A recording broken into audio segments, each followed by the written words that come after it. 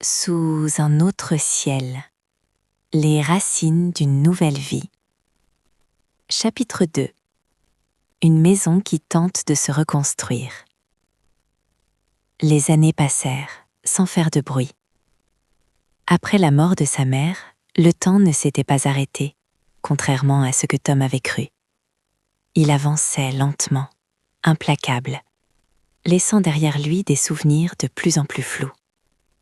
À 16 ans, puis 18, Tom avait grandi trop vite, comme une plante privée de lumière qui cherche le soleil à tout prix. Son père changea lui aussi. Il devint plus distant, plus rigide. Il parlait peu, travaillait beaucoup, rentrait tard. Entre eux, les mots restaient coincés quelque part, jamais prononcés. Tom ne lui en voulait pas vraiment. Il comprenait que chacun portait sa douleur à sa manière. Puis, un soir, sans préparation, son père annonça la nouvelle.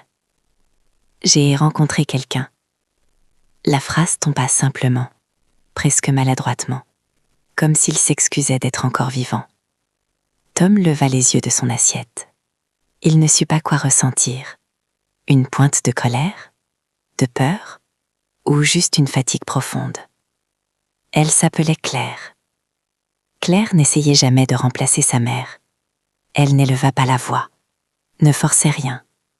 Elle souriait doucement, posait des questions simples, respectait les silences. La première fois qu'elle entra dans la maison, Tom remarqua qu'elle ouvrit les fenêtres, laissant entrer l'air frais, comme si elle comprenait instinctivement que cette maison avait besoin de respirer. Peu à peu, la présence de Claire adoucit les murs. Les repas redevinrent un peu plus longs. Le silence, moins lourd. Tom observa son père retrouver un semblant de légèreté, un rire discret qu'il n'avait plus entendu depuis longtemps. Contre toute attente, Tom s'attacha à elle. Elle l'encourageait sans pression. Elle lui disait qu'il avait des mains faites pour créer, pour bâtir. Quand elle le voyait revenir du jardin, couvert de terre, elle souriait. « Tu as hérité de la patience », lui disait-elle. Ces mots restaient en lui. Les années s'écoulèrent ainsi, dans un équilibre fragile mais réel. Tom quitta l'adolescence, devint un jeune adulte. Il travaillait, cherchait sa place, sans vraiment la trouver. Son père, malgré la présence de Claire, restait exigeant. Trop. Il voulait que Tom réussisse selon ses propres critères, sans voir l'effort silencieux que son fils fournissait chaque jour.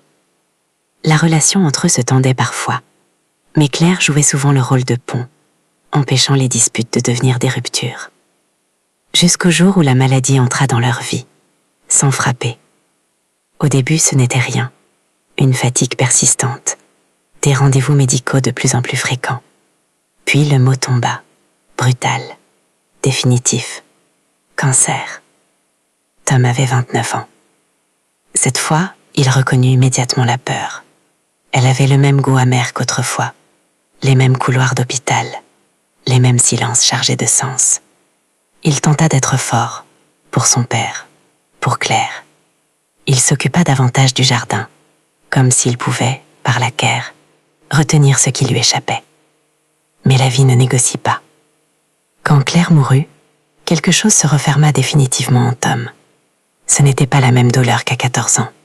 Elle était plus lourde, plus amère, une injustice répétée, insupportable.